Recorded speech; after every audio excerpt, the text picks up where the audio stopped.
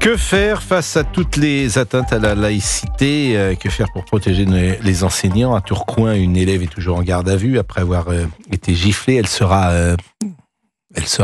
jugée en comparution immédiate cet après-midi. On va être avec Lionel Gougelot qui va nous donner des informations dans quelques secondes. Mais peut-être avant cela, peut-on écouter Anne Genettet, qui est ministre de l'Éducation nationale. Elle était hier à l'Assemblée nationale. Cette enseignante n'avait fait que lui rappeler une évidence qui est pas de voile, pas de signe religieux ostensible à l'école. Il s'agit d'un acte qui défie notre école laïque, d'un acte qui défie la République. Menacer un professeur, c'est menacer la République. Frapper un professeur, c'est frapper la République. Et nos professeurs partout en France doivent savoir qu'en effet le gouvernement et que la représentation nationale sont à leur côté. L'école de la République ne cédera jamais sur la laïcité et je ne laisserai rien passer. Alors c'est vrai que ces mots, on les a tellement dans l'oreille, je ne laisserai rien passer, ma main ne tremblera pas, etc., etc. Et puis comme rien ne change, ni dans un commissariat à Cavaillon, ni dans l'école de la République, et que ça fait 35 ans qu'il y a un problème avec le voile, on est un peu circonspect. Je vous propose d'écouter Éric Ciotti, il était l'invité de Sonia Mabrouk ce matin à 8h10 sur CNews et Europe 1. C'est des paroles qu'on a maintes fois entendues. Ce que j'attends, ce sont des actes. Une sanction disciplinaire, c'est le moins qu'on puisse réclamer. Il faut des sanctions pénales. Il faut que cette République qui a reçu cette gifle, comme dit la ministre, eh bien, ne tente pas l'autre joue. Qu'elle soit ferme, qu'elle soit implacable. Quel symbole ça se passe à Tourcoing, la ville de Gérald Darmanin, qui nous avait vanté sa loi contre le séparatisme.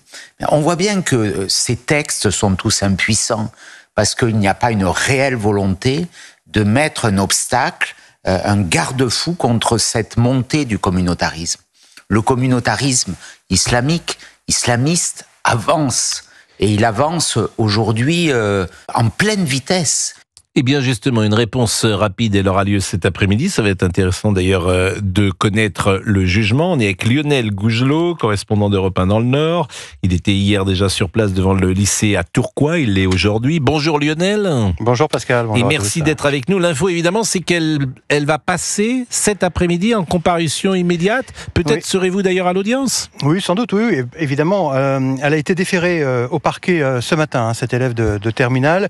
Et elle est donc effectivement convoquée pour une comparution immédiate cet après-midi devant le tribunal de Lille. Alors, attention, parce que ça ne veut pas dire forcément qu'elle sera jugée aujourd'hui, parce que dans le cadre de la comparution immédiate, la loi permet à la personne poursuivie eh bien, de demander un report en fait, de son procès. Donc, je suis d'accord avec vous, j'allais vous dire, cette loi, elle ne va pas au bout de son intention, parce que très certainement, cette jeune femme va demander le report et elle l'aura. Ça serait différent si, entre le moment où elle demande le report et le moment où elle est jugée, elle passait son temps en prison.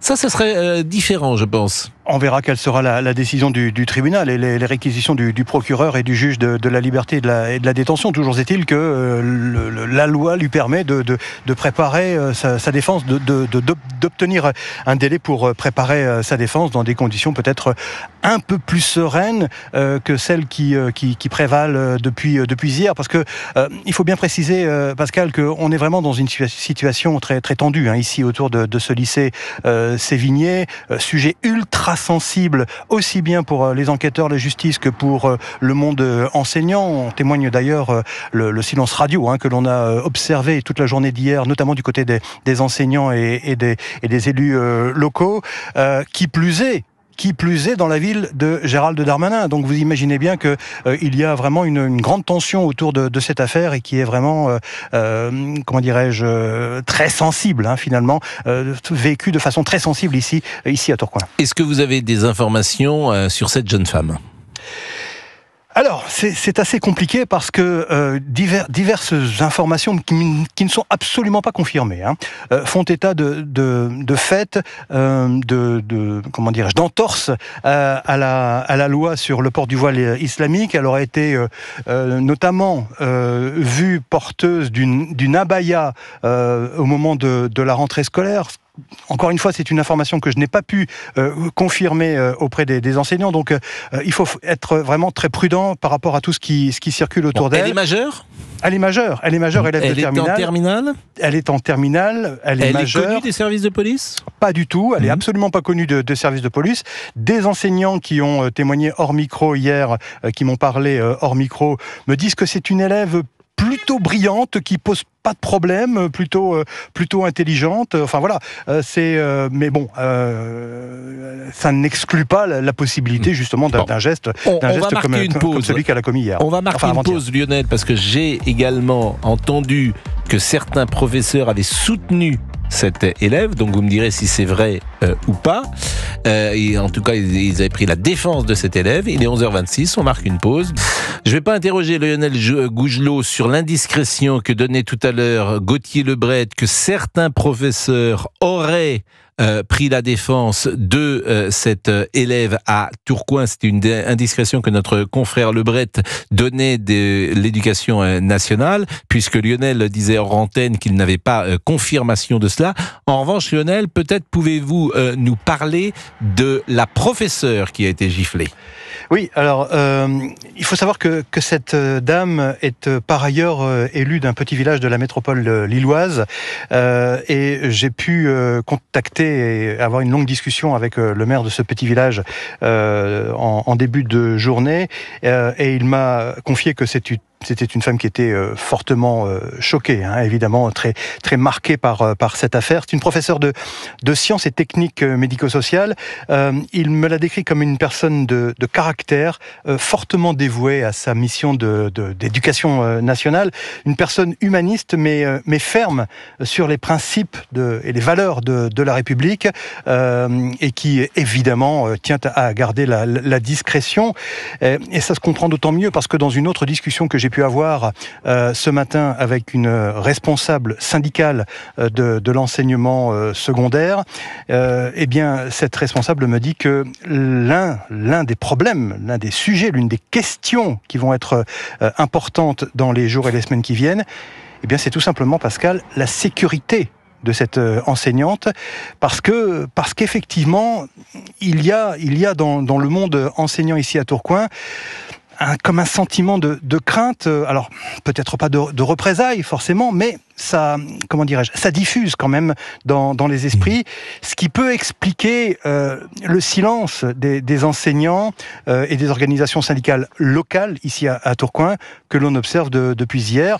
Pas seulement une gêne par rapport à cette affaire sensible que j'évoquais tout à l'heure, mais aussi tout simplement une question sécuritaire, quoi. J'ai entendu, Lionel, des témoignages sur l'antenne de CNews de jeunes élèves qui avaient été interrogés et qui prenaient fait et cause pour la professeure. Bien et sûr, qui disaient, c'est la majorité.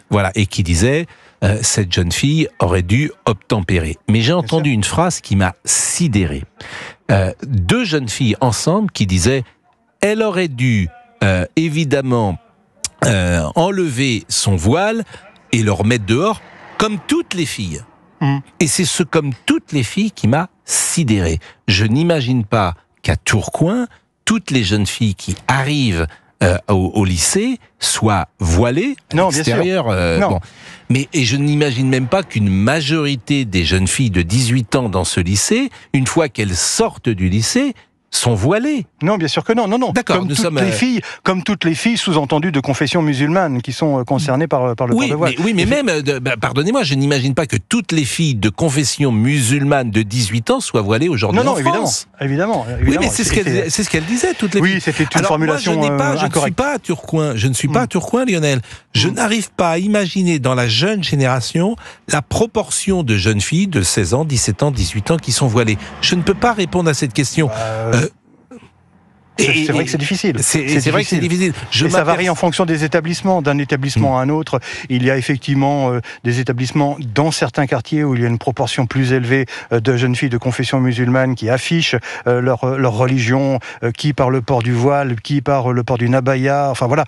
Et puis quelques centaines de mètres plus loin, la situation est complètement différente en fonction de l'établissement. Donc c'est vrai que c'est difficile d'apprécier la proportion d'élèves de confession musulmane qui affichent de façon ostentatoire ostensible donc leur confession, ça c'est vrai. On va être avec Yanis Roeder, et je crois qu'il est déjà là, il est directeur de l'Observatoire de l'éducation à la Fondation Jean Jaurès. Je ne sais pas s'il est là, monsieur Roeder. Est-ce qu'il est là? Il n'est pas là tout de suite? Oui, si, je suis là. Bonjour, monsieur Roeder, et merci d'être avec nous. Bonjour. Merci. Alors, vous intervenez très souvent sur notre antenne, et vous êtes un témoin privilégié, puisque vous êtes au contact, précisément, de ces jeunes gens. Et ce qui nous intéresse, ou ce qui nous interpelle, c'est qu'aujourd'hui, vous avez des jeunes gens, français, qui sont en rupture sur le modèle classique de ce que fut la France, dans ses mœurs, dans ses habitudes, dans ses comportements, dans ses traditions, etc. Alors, ça a des conséquences. Nous dit-on, par exemple, on ne peut pas parler de la Shoah, forcément, dans une école. Effectivement, ça a des conséquences parce que il peut y avoir une demande communautaire, comme porter le voile. Et ce que je ne sais pas, monsieur Roeder, et que vous pouvez peut-être nous dire, c'est, est-ce un peu, beaucoup, une majorité de jeunes filles? Est-ce important? Est-ce une minorité? Je ne peux pas répondre à cette question. Est-ce que vous pouvez nous aider? Je vais tenter de vous aider. Ce qu'il faut comprendre d'abord, c'est aujourd'hui, une partie importante de la jeunesse, quelle qu'elle soit, c'est-à-dire qu'elle soit musulmane ou pas, a du mal à saisir ce que veut dire le principe de laïcité.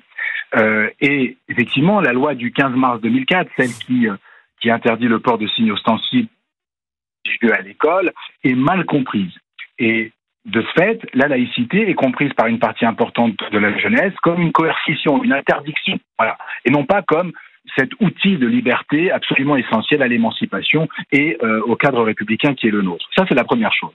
La deuxième chose, c'est que il y a en effet des élèves, jeunes filles en l'occurrence, qui portent un signe ostensible religieux à l'extérieur des établissements. Elles ne sont pas, de mon point de vue, de ce que je peux observer, des informations qui me remontent, elles ne sont pas majoritaires, loin de là, mais voilà, elles sont en nombre, et en fonction, comme disait votre correspondant à Lille, en fonction des établissements, en fonction des quartiers, en fonction du milieu, elles sont plus ou moins nombreuses. Voilà. Je ne sais pas si ça répond à votre question, mais ce n'est pas une généralité, ce n'est pas un phénomène qui est généralisé, c'est un phénomène que l'on retrouve dans certains quartiers, effectivement, parfois qui est en augmentation, c'est une évidence, du fait du travail de SAP, d'officines ou de mouvances islamistes qui travaillent au corps cette jeunesse et qui, cette mouvance islamiste, fait en sorte, ou essaye de faire en sorte que justement l'école n'émancipe pas ces jeunes. Pardon.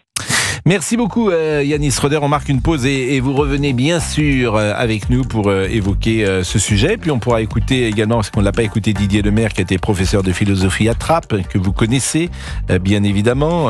Ce sont des faits coordonnés, dit-il, ce qui peut se passer dans les établissements, et ça rejoint un peu ce que dit monsieur Roeder qui parle de travail au corps. Et puis on pourra écouter ce qu'a dit Lionel Jospin en 89, parce que le voile ça pile 35 ans. L'affaire de Creil, elle a 35 ans. Et il y a 35 ans, effectivement, j'allais dire, de conflits, en tout cas de débats, c'est plus juste, sur le voile islamique. À tout de suite. Et vous pouvez aussi vous témoigner au 01 80 20 39 21. Belle matinée avec Pascal Praud de 11h à 13h sur Europe 1. Yanis Roeder est avec nous et nous allons pouvoir évidemment l'interroger à nouveau. Il est professeur d'histoire-géographie, directeur de l'Observatoire de l'éducation à la Fondation Jean Jaurès, et puis il est au contact des collégiens, des lycéens depuis de nombreuses années, donc en Seine-Saint-Denis, donc il connaît particulièrement bien cette population. Mais je voudrais qu'on écoute peut-être Didier Lemaire avant, qui a donc été professeur de philosophie à Trappes. Il faut bien comprendre que ce ne sont pas des faits isolés, ce sont des faits qui sont coordonnés, qui ont une dimension politique. Il faut savoir aujourd'hui que 12% des enseignants sont agressés. Un quart, 12%, ça veut dire 100 000 enseignants. Je ne reconnais pas l'école dans laquelle j'ai enseigné lors de mes premières années. Et pourquoi ? Parce qu'il y a eu cette offensive islamiste à partir des années 2010 qui s'est renforcée. Or, l'État a abandonné ses enfants à des recruteurs. Le milieu a été peu à peu... Les recruteurs, c'est-à-dire ? Des recruteurs salafistes, des idéologues, des fréristes, etc. Ils ont utilisé la religion comme un cheval de Troie pour détruire notre pays. C'est terrible quand j'entends Didier Lemaire, qui est donc professeur de philosophie à Trappes, qui est un des vôtres, j'ai envie de dire, Yanis Roder, puisque vous faites partie de ces enseignants, et ils veulent détruire notre pays, et ils parlent de cheval de Troie, la religion comme un cheval de Troie. Est-ce que vous partagez son analyse, le pessimisme de son analyse ? Yanis Roder ? Yanis Roder n'est pas avec nous. Allô ? Oui, Yanis Roder. Oui, je vous entends, pardon. Est-ce que vous avez écouté ce que disait Didier Lemaire à l'instant, qui a donc été professeur de philosophie à Trappes, qui disait... Didier Lemaire... Oui, j'ai entendu Didier Lemaire. Et effectivement, là où Didier Lemaire, où je rejoins Didier Lemaire, c'est qu'il y a un travail de sape qui est fait par des associations qui, sous couvert d'aide aux devoirs, par exemple, vont travailler au corps les jeunes. Je pense notamment à ce qu'a mis en place le maire de Montpellier, Michael Delafosse, une aide aux devoirs laïque et républicaine. Et ce maire a très bien compris, par exemple, que la République doit réinvestir les quartiers, doit réinvestir pour que ces enfants ne tombent pas sous la coupe d'associations qui se cachent en réalité et qui cachent leur véritable agenda, qui est un agenda islamiste. Donc c'est tout à fait juste ce que dit Didier Lemaire. Mais Yanis, vous dites la République, et hier, Madame Jeunetet a également dit la République. Mais moi, je n'entends plus jamais le mot France. Ce que je veux dire, c'est que cette immigration parfois massive, et je n'en fais pas grief d'ailleurs à ces jeunes gens, ils évoluent dans une culture différente. C'est-à-dire, ils ont un rapport à la religion qui est sans doute différent de celui que les catholiques peuvent avoir. Ils ont des mœurs, des habitudes, des traditions, des habitudes, oui, culturelles, un rapport parfois à la femme qui est différent, un rapport à tellement de choses qui peut être différent, que forcément, ils ont grandi dans ce bain culturel. Et ils sont en rupture avec ce que j'appelle non pas la République, mais tout simplement la France. C'est-à-dire la France, ses traditions, ses coutumes, ses mœurs. Mais comment voulez-vous rattraper ça, si j'ose dire, puisque l'intégration et l'assimilation n'ont pas fonctionné ? Alors, je ne serais pas, si vous me permettez, si catégorique. Moi, je vois sur le terrain combien l'intégration, l'assimilation continue de fonctionner. Mais là où vous avez raison, c'est que pour une partie, et notamment celle qui adhère à cette idéologie radicale, mais aussi ceux qui sont sous l'emprise de ces islamistes, effectivement, il y a un refus. Il y a un refus de la laïcité française. Il y a un refus de ce qu'est profondément la France en termes de valeurs et de principes. C'est une réalité, mais je ne le généraliserai pas parce que je vois justement combien l'intégration et l'assimilation par le travail de l'école et par le travail des professeurs continue de fonctionner. Mais vous avez raison, il y a une partie de nos jeunes pour lesquels cela ne fonctionne pas parce qu'il y a aussi un refus que cela fonctionne. J'ai l'impression parfois que pour les filles, j'allais dire, sont différentes des garçons. J'ai parfois l'impression que les jeunes femmes s'intègrent ou s'assimilent peut-être plus vite ou mieux que les garçons qui sont parfois plus vigoureux ou plus revendicateurs. Et est-ce que je me trompe ou pas ? Je ne saurais faire de proportion, mais ce qui est vrai, c'est que les jeunes filles savent que l'école peut les sortir et ce qu'elles font à l'école, voilà. ce que leur permet l'école peut les sortir d'un milieu qui parfois, par exemple très traditionnel ou traditionnaliste, cantonne les femmes à certaines tâches, et que l'école justement permet cette émancipation individuelle. Et effectivement, là où je pense vous avez raison, c'est que certaines, et j'espère la majorité, en profitent. Maintenant, ça ne veut pas dire que certaines jeunes filles, et on le voit à Lille, ont intégré complètement le discours islamiste, le discours idéologique. Et je veux dire par là que les femmes ne sont pas que victimes, elles peuvent être aussi actrices, et jeunes filles, actrices de cette idéologie en y adhérant complètement. Ben merci beaucoup Yanis Roder, et c'est bien d'être avec vous parce que je le dis, nous sommes des journalistes, nous sommes quand même loin par définition de certains terrains, et vous êtes en prise directe avec tous ces jeunes gens et avec parfois ces soucis qui peuvent exister sur le terrain. Et c'est bien d'avoir votre témoignage. Merci beaucoup, bon courage à vous et bon cours, parce que j'imagine que vous avez aujourd'hui des cours, le professeur d'histoire-géographie que vous êtes.